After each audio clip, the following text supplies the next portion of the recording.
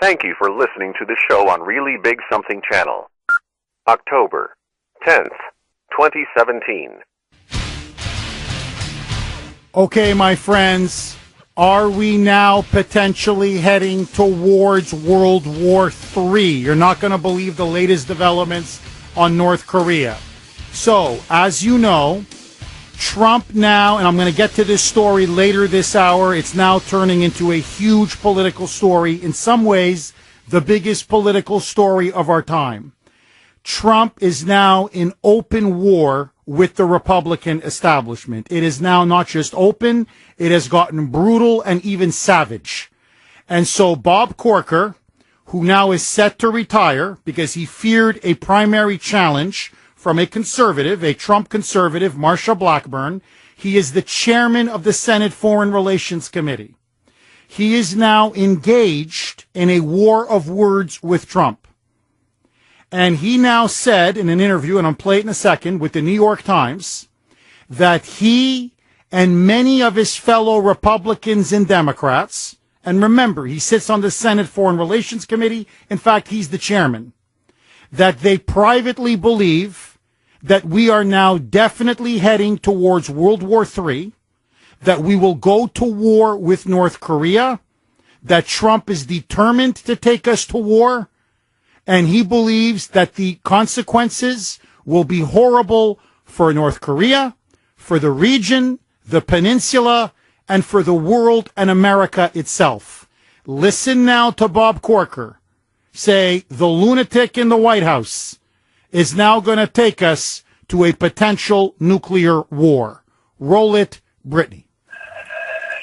Sometimes I feel like he's on a reality show of some kind, you know, when he's talking about these big foreign policy issues. And, he doesn't realize that, that we could be heading towards World War III with the kind of comments that he's making. And it's like it's an act to come, and sure that bothers me just from the standpoint of, I know that he's necessarily a warmonger. I don't believe that he is a warmonger in any way. But watch his performances. It very much feels to me like he thinks as president he's on a reality television show. That interview was with the New York Times. It was a telephone interview, hence why the audio is a bit choppy. It was with Jonathan Martin, an uber leftist, by the way, at the Times. And I'm going to get more to this story because the domestic angle is extremely important. However, so you now have Corker saying he's going to take us to World War III. Well, if we do go to war with North Korea, we may have to reconsider. Because in a bombshell report this morning by the BBC, which came straight from the South Korean Ministry of Defense, so the South Koreans have now admitted that North Korea, the mad midget, the crazy fat kid, i.e. the Rocket Man, successfully hacked our war plans. In particular, what the South Koreans are now admitting is that North Korean hackers tied to Pyongyang were able to breach South Korea's Ministry of Defense, that massive amounts of military secrets were stolen, in particular, the U.S.-South Korea war plans in case they were to launch a preemptive strike on North Korea or have to fight an all-out war with North Korea. This includes, by the way, special operations forces, potential raids that we were planning to maybe launch to assassinate the Rocket Man. And so now the North Koreans possess our war plans, or at least many of our war plans, many of the possible strategies or plans for a special operations raid or a preemptive strike. They also now possess extensive knowledge of U.S. military facilities in South Korea, the DMZ, where our forces are exactly stationed. In other words, they almost know everything. And so if we are going to attack North Korea, I hope they come up with a new plan. because the old one, the North Koreans now pretty much know. Now, a couple of points need to be said, and then I want to throw it open to you. 617-266-6868. It is now clear that something is afoot for a couple of reasons. General Mattis, Secretary of Defense, has now told the Army it's time to get ready. He is telling the Army, get ready for a possible military confrontation on the Korean Peninsula. Furthermore, President Trump has now openly at times undercut or undermined Rex Tillerson's attempt at diplomacy, openly chastising his own Secretary of State, saying, look, Rex, I know your heart's in the right place, but conducting back-channel diplomacy with Pyongyang is a big waste of time. Over the weekend and late last week, he cryptically talked, the president did, about the calm before the storm. He also mentioned that for 25 years diplomacy has failed, that North Korea, only one thing will work. He didn't say it. He didn't need to say it.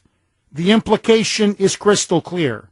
The only thing the mad midget understands is a punch in the face, is military power.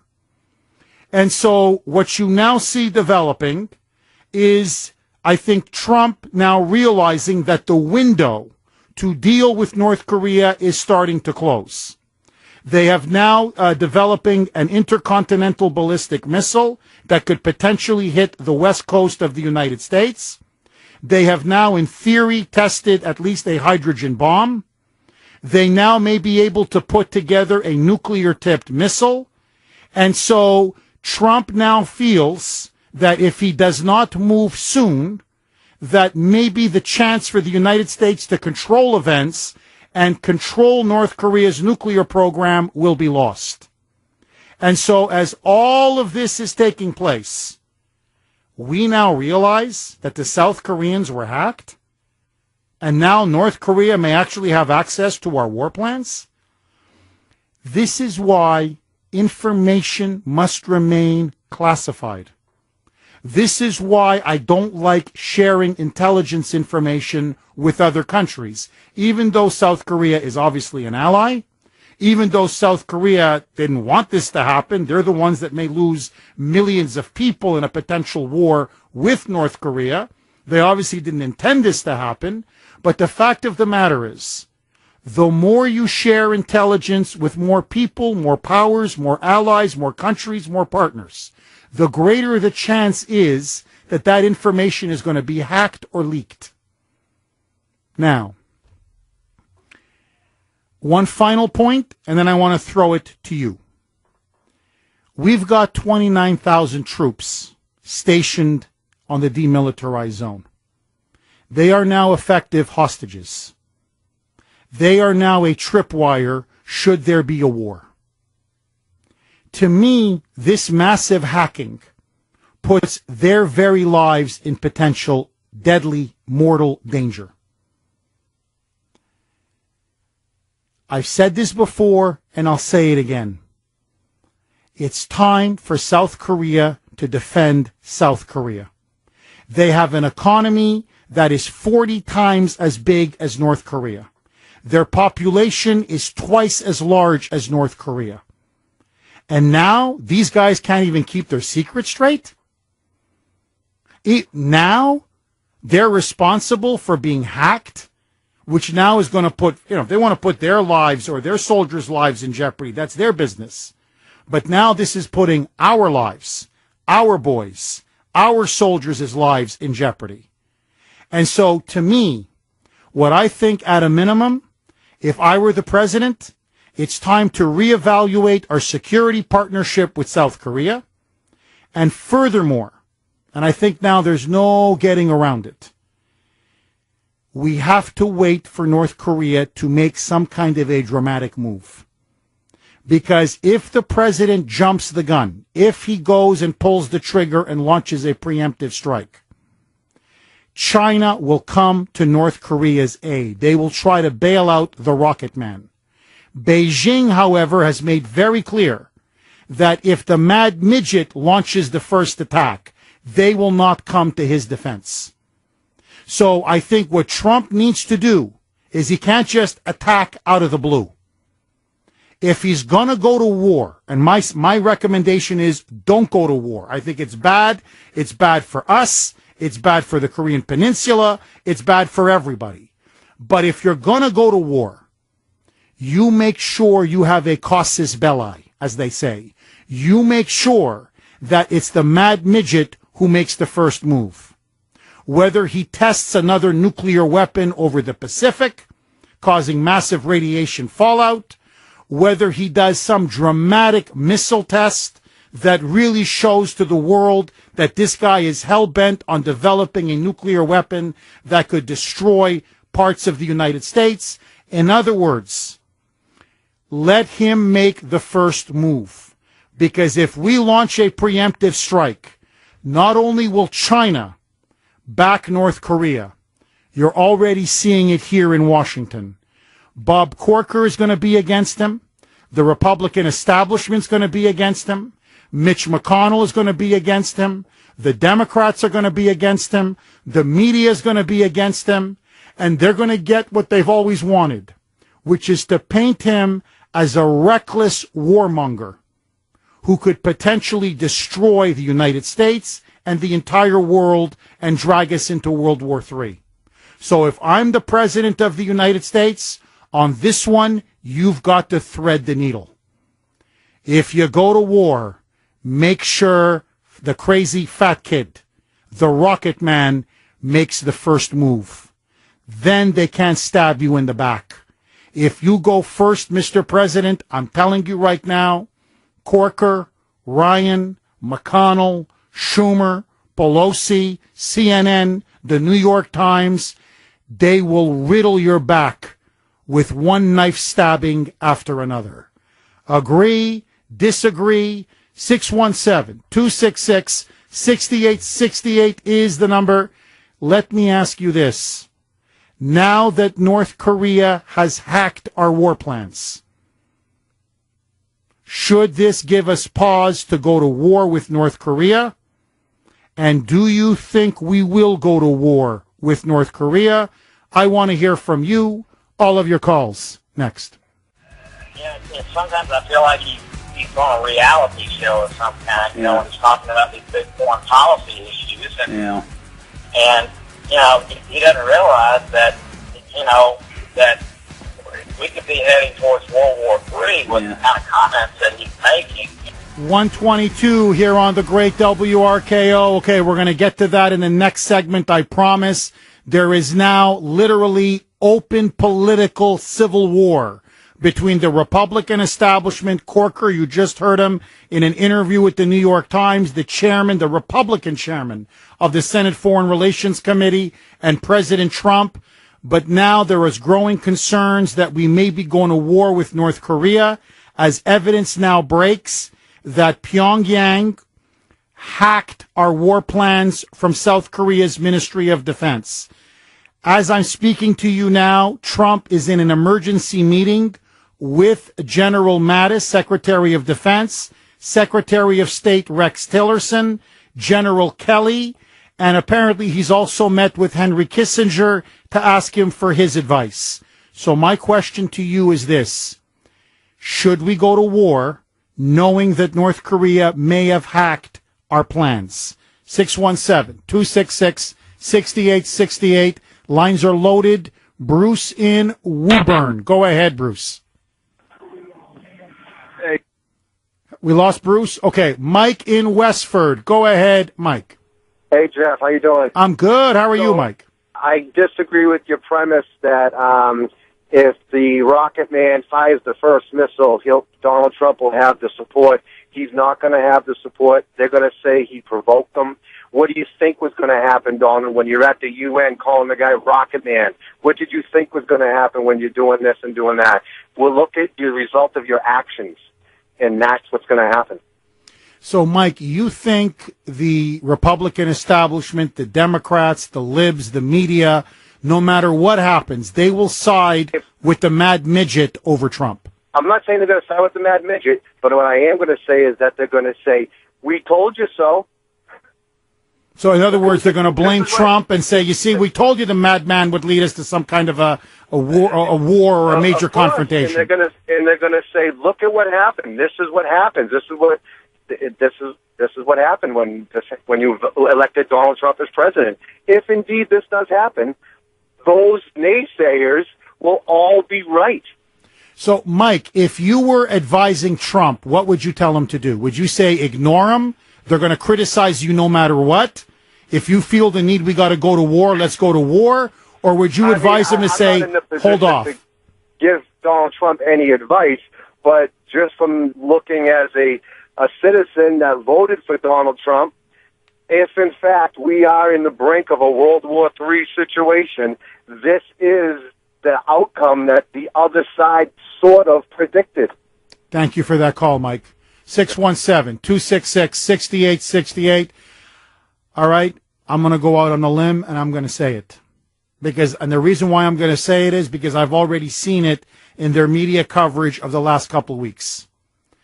The left, and I'm choosing my words very carefully, will side with Rocket Man over President Trump. They will side with the mad midget, with Pyongyang and North Korea, if there is a war between the United States and North Korea. Because deep down, they would love to see this country humiliated. They would love to see this president lose a war and break the back of his presidency. That's what we're dealing with. That's the Trump derangement syndrome. And so the fifth columnist, whether it be the New York Times, whether it be CNN, MSNBC, the globalists within the Republican Party or the Democratic Party, would rather see us lose a war, and God knows how many tens of thousands of American troops dead, and see that madman, that butcher, that dictator who starves his own people. They would rather see him emerge victorious than see this president defeat him and make the world a much safer place. Just my opinion. Believe me, I don't trust him as far as I can throw him. We got Bruce back. Bruce in Woburn. Go ahead, Bruce. Well, Jeff, sorry I got dumped there. I think it was That's the okay. Chinese that hacked in on the South Korea, and they probably were hacking in on me. But everything you just said, they're all against us, and they should be. They're on our team. What's the story? They're taking a kneel over here, Jeff. Bruce, you know what? I think you touched on something, and thank you for that call. When I read that story, the first thing that came to my mind was, did the North Koreans really do this on their own? Or did they have help from the biggest hackers in the world, which are the Chinese? You see, contrary to the media spin, it's not the Russians. The country that has been, first of all, hacking us and doing the most damage to us is China. The country with the most sophisticated cyber warfare outside of us is China. So I'm looking at the Chinese who want to prop up the Rocket Man, who don't want that communist regime to fall. They want the Korean Peninsula to remain divided, and they know that war is potentially coming. And I'm thinking, you think those guys in Pyongyang, who don't even have electricity at night, can pull off something as elaborate, sophisticated, and complex as this? This came from Beijing. I think it was Beijing through Pyongyang. And they were the ones, and now that they have the war plans, they think that may be able to block Trump from making any kind of a military move. We'll see. Jay, you're up next. Go ahead, Jay. Hey, Jeff, I think he'd make a great president. And the reason I was calling is I think that you're coming down to a belief that World War III will be the fault of the liberals. And I just hope that you're not losing confidence in Trump to be able to make a decision about whether to go to war or not. Are you losing confidence in him? No, not at all. I mean, not at all, Jay. No, I think, look, it's a big story. It's a major security breach. I think there's no question about it. I think that's why he's meeting, frankly, with Mattis and Tillerson right now, because this story broke. And so they're like, whoa, guys, if we're going to go to war, we need a new plan. We need new military options because we have to assume the North Koreans are going to know our moves before we execute them. So what I would look, my position is this, okay? I've written about it and I'll say it again. I believe it's time for South Korea to defend South Korea. I think we're overstretched. I think we've been involved in too many wars. I think that we can deal with North Korea, even, God forbid, should they have a nuclear weapon. I'm being very honest with you. But in the end, it should be South Korean boys that die for South Korea. It should not be American boys. And when I hear that these South Koreans who are asking us for the 29,000 troops, who want our military bases, who are asking us to help stand with them side to side, you guys can't even keep your freaking secrets straight? You can't even keep your secrets hidden? Which jeopardizes the lives of our boys? I'll tell you right now, if I'm President Trump, I'm on the phone with the president of South Korea, and I'm giving that person an earful. So if I'm the president, tread very, very carefully. Because once the missiles start flying, and potentially millions die on the Korean Peninsula, it's going to make the Iraq War look like a picnic. And the left and the establishment will be ready to pounce. 617-266-6868. Speaking of the establishment, they are now in open political civil war against Trump. Trump is now a president without a political party. That bombshell political story next. First, let's take it to Evan in the newsroom. 136 here is the great WRKO. Okay, my friends, it is now President Trump versus the Rhino Republicans. It is now open, savage political warfare. We knew this had been taking place. It was simmering under the surface. There were a few skirmishes, but now the battle lines have been openly drawn, and I think now it's going to fundamentally alter and change the rest of Trump's presidency. Here is exactly what has taken place. As you know, I've mentioned him before, Senator Bob Corker, he's a Republican from Tennessee, a globalist, an open borders, pro-amnesty globalist, chairman of the Senate Foreign Relations Committee. Corker was a big supporter of Luther Strange. If you remember, he was the Alabama senator who was running for re-election, lost in a primary challenge to Judge Roy Moore. Corker, once he realized that the Trump conservatives had overwhelmed the primary in Alabama, defeating Luther Strange, propelling Roy Moore now to victory, he then the following day retired. Announced that he would retire because next year he's up for re-election, and he is facing a fierce primary challenge from Tennessee Congresswoman. She is a staunch Trump conservative. Frankly, I love her, Marsha Blackburn. And so knowing that he was going to be torched in the primary, lose to Blackburn, he said he's not running. He's now going to retire. Forgive me. He's going to retire and have an open seat up next year. Trump, over the weekend, began to then focus his sights on Corker. In particular, saying that Corker ultimately didn't have the guts to run, knowing that he would lose to Marsha Blackburn. Going on that Corker, although he's been a big critic of Trump, begged Trump for his endorsement. In fact, said that he wanted Trump to come into Tennessee and campaign with him to fend off Marsha Blackburn. When Trump said he wouldn't endorse him, that he wouldn't campaign for him, then Corker panicked and essentially threw in the towel and said he will retire.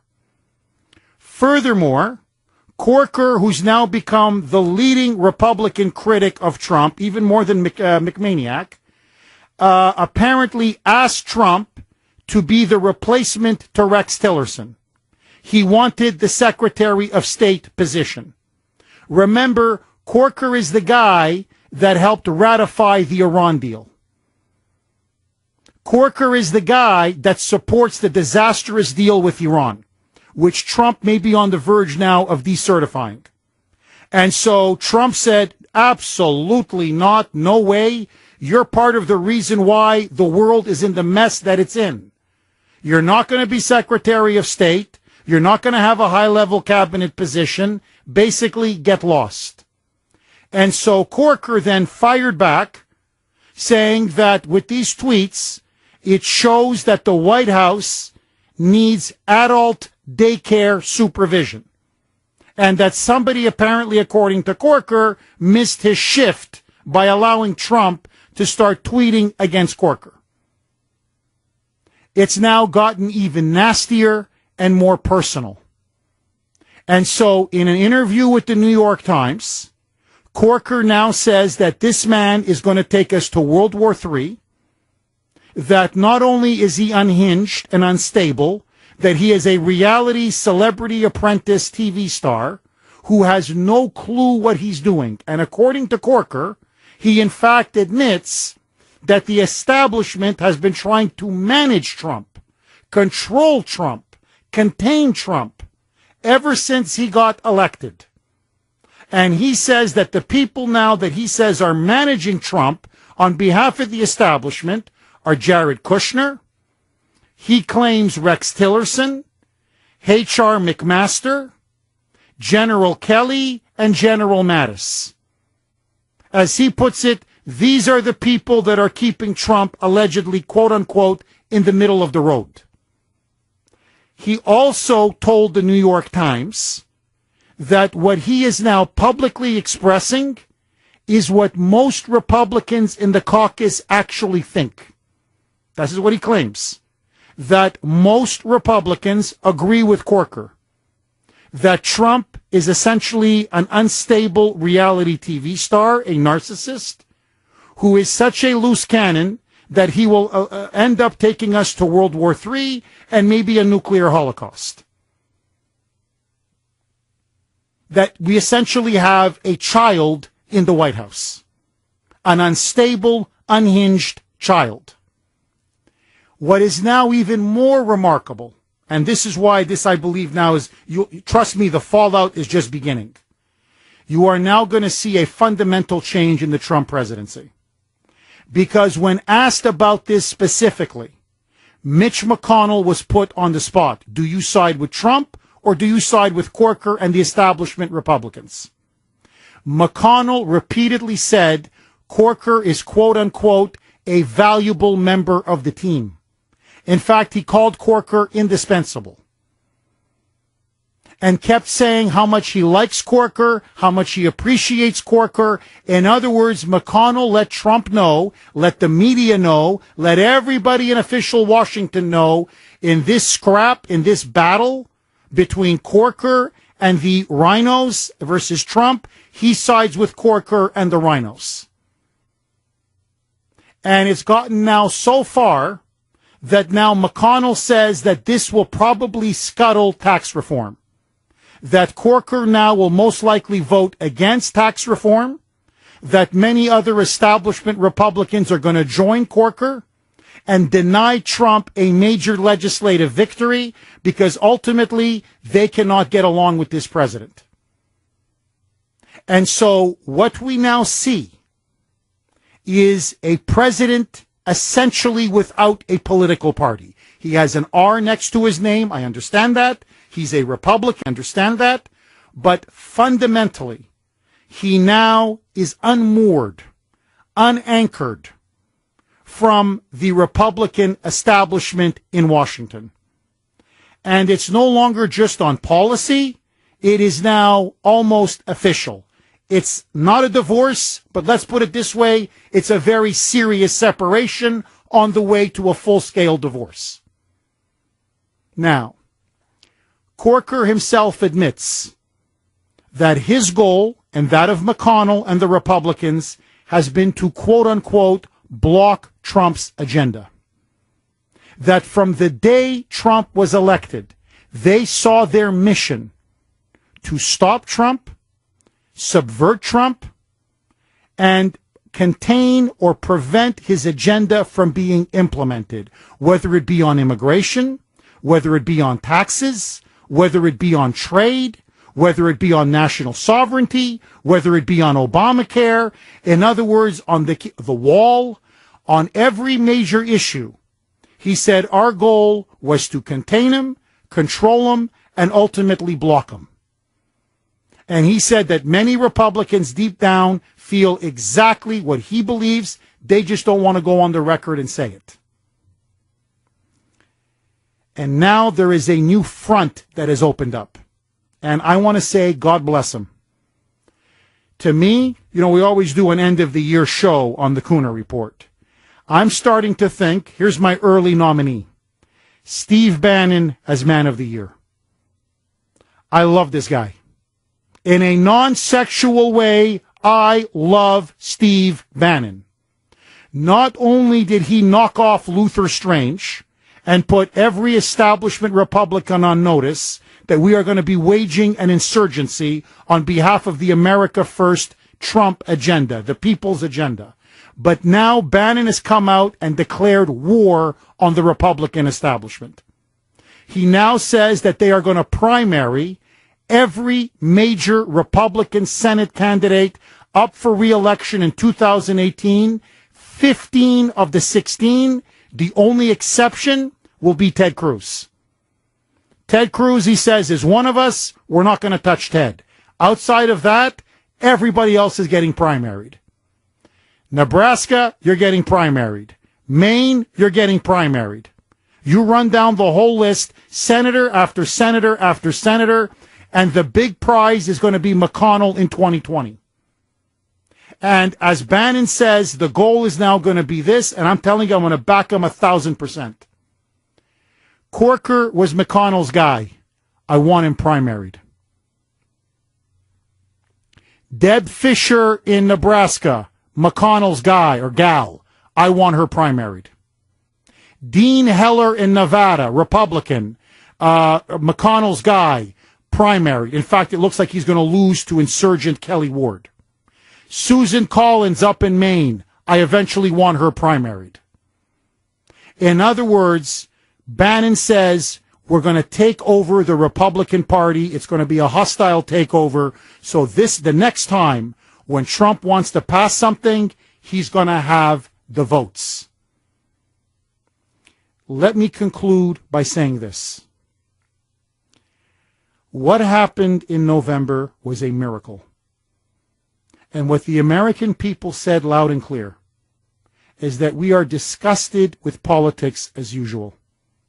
That both the Republicans and the Democrats, the ruling class in Washington, are a cancer on our country.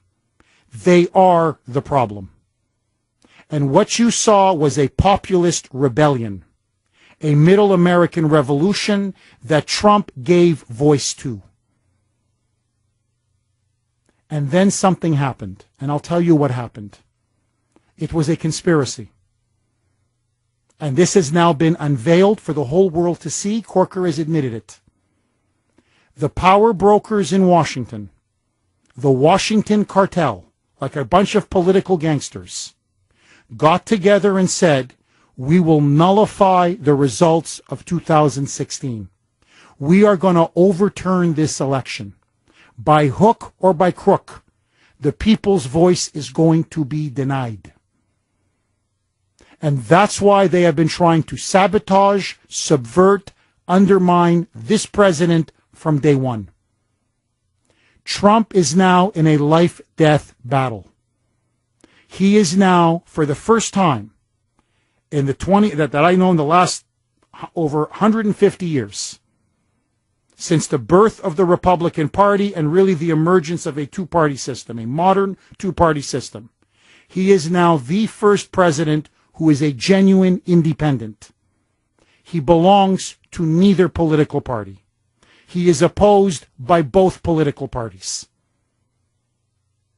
This is now going to be the reality of his presidency for the next 3 years. It's time to drain the swamp. And that includes the Republican rats as well as the Democratic snakes. All of them. And my question to you is this. It is now the Republican establishment versus Trump. Who do you side with? 617-266-6868. Your calls next. It's now Trump versus the establishment Republicans, all-out political civil war. And I just want to say this. What Corker said about Trump, notice, he never said that about Obama. Notice the hypocrisy of all of these rhino Republicans. Where was Corker on Benghazi? Fast and Furious, Lois Lerner, the rise of ISIS, the Iran nuclear deal. Notice, never once Obamacare. Whatever the dear leader wanted, they gave him. How come he never called Obama or the White House under the dear leader needing adult daycare supervision? Notice, when it comes to real change in Washington, every rhino's a big tough guy. But when the dear leader was in power and we needed real opposition, all they did was sign off on every blank check. You phony, you fraud, you. Go back to Tennessee. Mark in Bedford. Go ahead, Mark. I feel like the world has moved on. I called regarding the information war on the Korean Peninsula. Oh, yes, the North Koreans hacking the war plans. Go ahead. Shoot, Mark. Right. I was a contractor with the military for about 20 years and worked on a number of classified projects. And we used to have a saying within the contractor and DoD community, and that was, reality is classified. So you think this could have been a false flag? I absolutely think this was a false flag. I mean, Mark, I hope so, because the last thing I would want, God forbid, is if we end up going to war, to see that our mortal enemies actually know our plans ahead of time, because that will lead to a lot of Americans dead. And that's the last thing I want.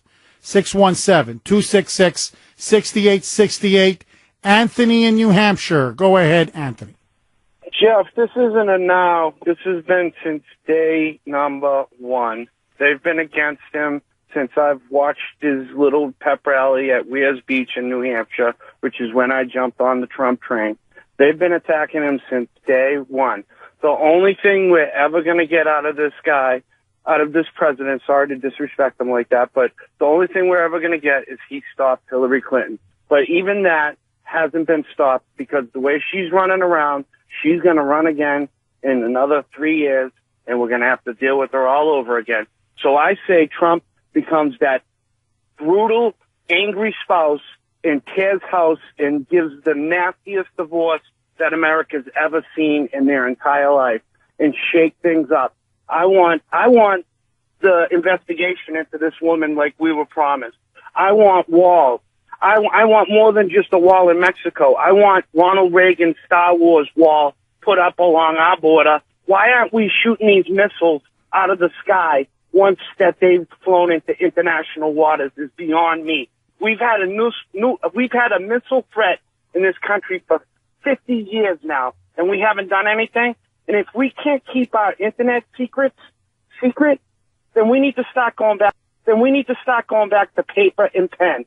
Because if we can't keep our war plans away from the enemy, there's no way that they should be on the way that they are being transferred.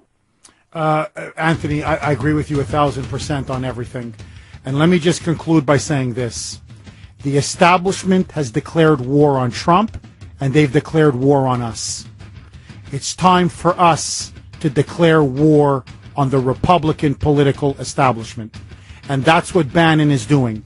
Corker is a coward. That's why he's going to retire, because he's going. Heller's going to go. They're all going to go. My friends, we are the future. If not us, when? Who? If not now, when? My friends, there's a revolution afoot. It's called the Trump Revolution. Get on board, or get the hell out of the way. Coming up next, should we give tax breaks to the NFL? Trump finally says no. There's a new bill that would prevent the NFL from getting $7 billion in taxpayer subsidies. That story next. The voice of Boston is you. 680 WRKO Boston, 93.7 WEEI HD2 Lawrence, Boston. It's 3 o'clock.